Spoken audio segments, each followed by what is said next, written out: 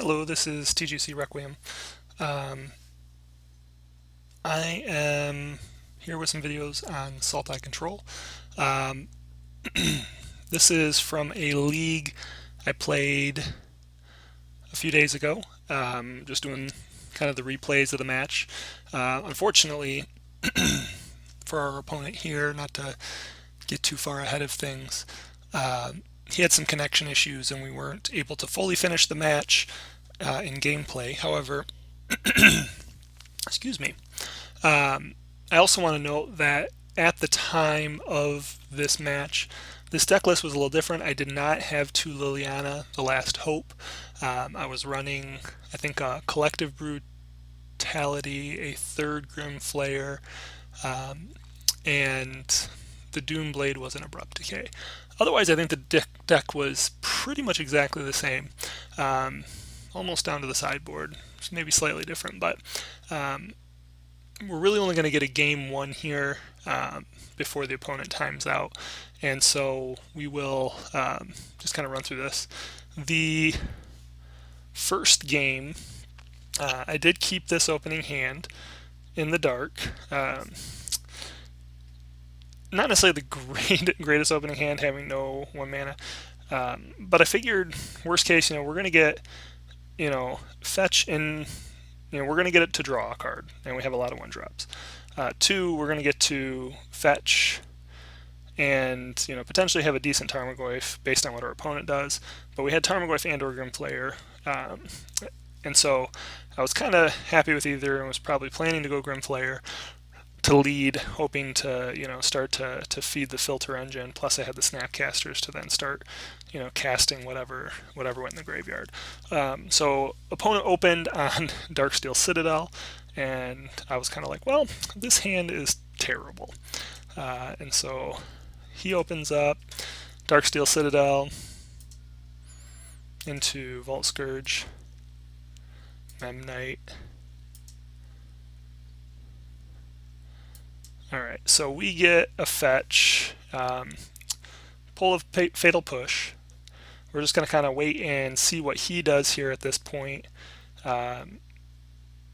Maybe he'll put a bigger threat out and we'll Fatal Push at that point.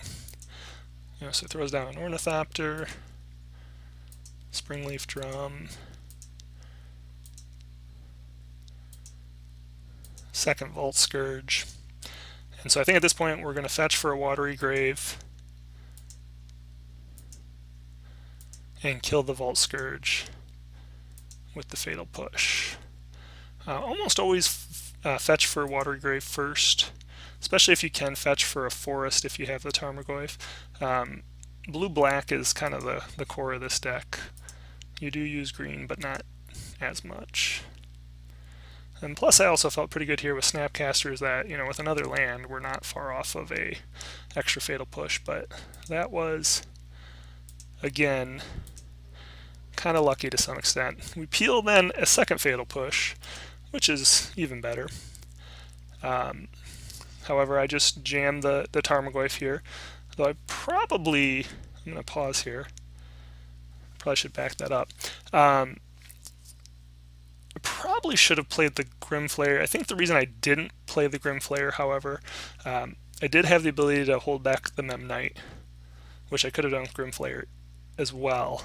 But if they held back both creatures, I can't proactively attack with the Grimflayer anyway, because the whole point is to get the damage through to trigger the Delirium. By filtering cards from the top of your graveyard to the library, and I just wasn't going to get it through. Now, what I do want to say is, when the Arcbound Ravager was on the stack, I strongly considered Fatal Pushing the Vault Scourge, and I wish I had. It'll come up in a minute here, and you'll see, but being able to put the Arcbound Ravager on the Vault Scourge, super scary with the life gain that he's going to get. And so I held the Fatal Push thinking maybe I'd try and kill the Arcbound Ravager instead, but then he could transfer all of it to, and this is where the concern was. If I waited for the Arcbound Ravager, I could Fatal Push it, but then he could transfer a bunch of counters to Vault Scourge and get in. I think I was just worried that I didn't have any way to guarantee I was going to get a third land drop, and so I held the Fatal Push at this point because 1 point of damage and 1 life gain isn't that big of a deal. Maybe it's the right call in the end. I'm not as worried about these two creatures getting counters added to them.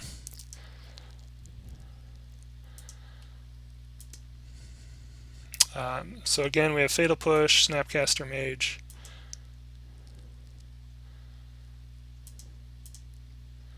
Go in, attack with Tarmogoyf. He doesn't really care since he is, he doesn't care because he is, offsetting most of that life with the Vault Scourge anyway.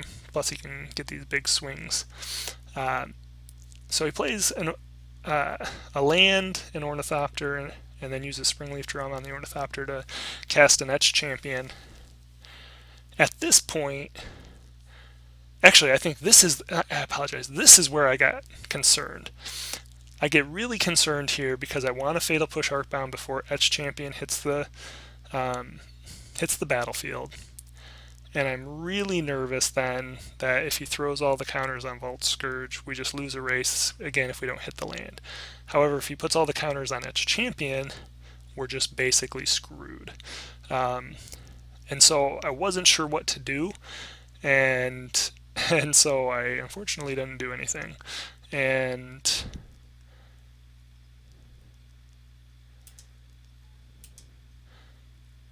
he goes to attacks.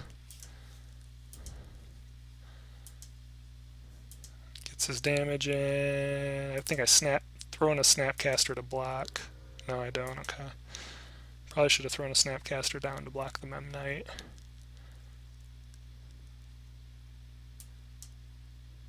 And now I throw the Snapcaster down. And maybe I was thinking I could just try and race him here for whatever reason. Again, really should have gone to block the Mem Knight. He either sacks the Mem Knight to his Arcbound Ravager and our Snapcaster stays alive anyway. So probably a bit of a misplay there. Draw Cryptic Command. So we're looking pretty much out of it here. Looks like this is going to be a done game. Now he's got the Manland. Let's go into attacks. Goes with a little bit of a tentative attack, holding the Etched Champion back because we can't attack into it profitably. So he just goes for a smaller attack. Right now he could sack 1, 2, 3, 4, 5, 6. Sorry, 1, 2, 3, 4, 5, 6, 7, 8. 8 to him. 9. So, I mean, he could get like 10 damage in here off this guy. Probably not going to, I mean, at this point because of the risk of removal. But I think, yeah, I would just get in there. And I might Fatal Push at this point. I just feel like I don't have time to deal with it anymore. And so I go for the Ravager.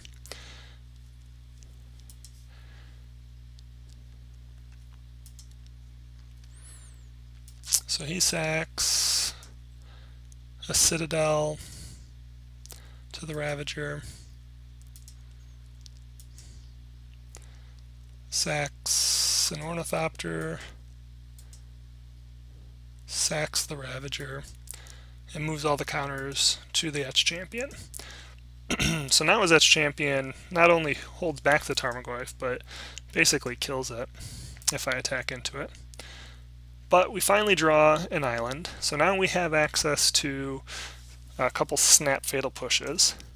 So things kind of start to turn a little bit here. We really need to draw land though, because really what we're going to need on the next turn is the ability to tap his team down, because if he decides to start attacking with that champion, it's just 2 attacks, and we can't afford that. I throw down a Grim Flayer because instead of snap fatal pushing here, my thought is the only way I really win is if I cryptic command. Actually, and this was because I drew a second cryptic command. At this point, the only way I really win is if I can tap his team down and attack for a bunch of damage. Now, he's at 15 and I have 4, 6, 7, 8 power. That's 2 attacks. So if I draw a land in the next 2 draw steps, I potentially can just tap race him out here.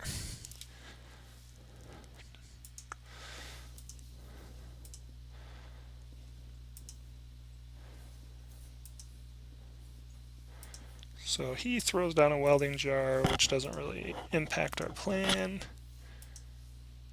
No, I guess it's in the next draw step. We have to draw a land. So he attacks with the Etched Champion.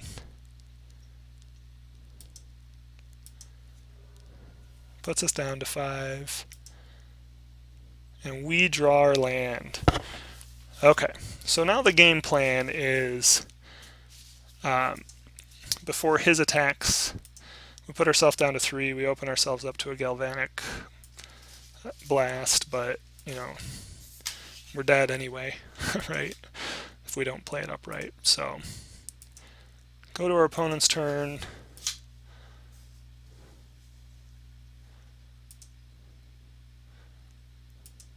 They move to combat. We cryptic to tap their team, draw a card.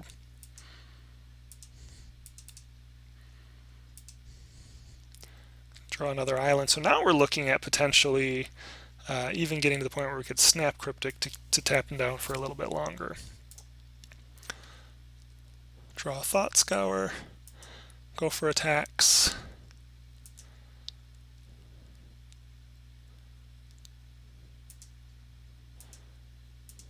Attack with the team.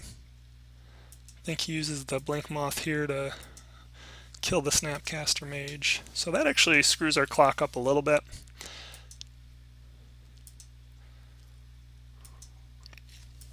So now we only do 6 damage.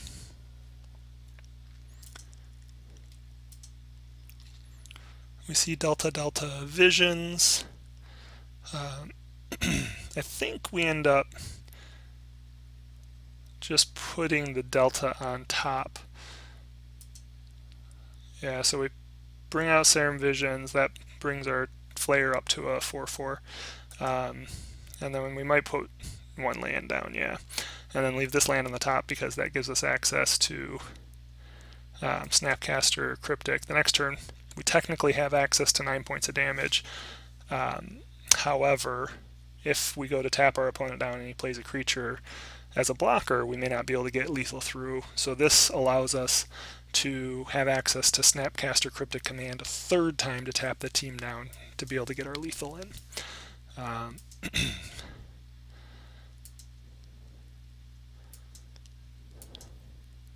So again, Cryptic Command,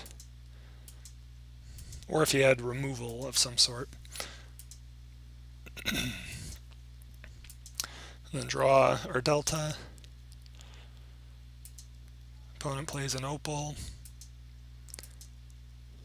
and a Steel Overseer. So now we're in that point where, like I said, we were going to need a 3rd Cryptic, so the Delta with this will allow us to Snapcaster Cryptic. However, we draw a Fatal Push. We're able to Fatal Push the Steel Overseer and get lethal in that way. Like I said, unfortunately, the opponent timed out at this point and or lost his connection to MTGO, and we just weren't able to finish the match because basically he was just logged out too much during the match. So so that was the first one. That was technically a, what do you call it here? Because he just conceded the second game. He didn't have enough time left. Match status. So that puts us, that puts us at essentially 1-0 on the match, and then for the league we were 1-0 at this point. So that was kind of an awesome come from behind victory. Really thought we were out of it. Kept a hand in the dark that was kind of random, but you don't always know what you're going to play. You don't tend to play as many of these super fast aggro decks anymore since the bannings of Gitaxian Probe and Golgari Grave Troll. So kind of thought the opening hand was like, well, we'll see, and turned out to be really bad, and we got away with it. So I'll be back with the next match.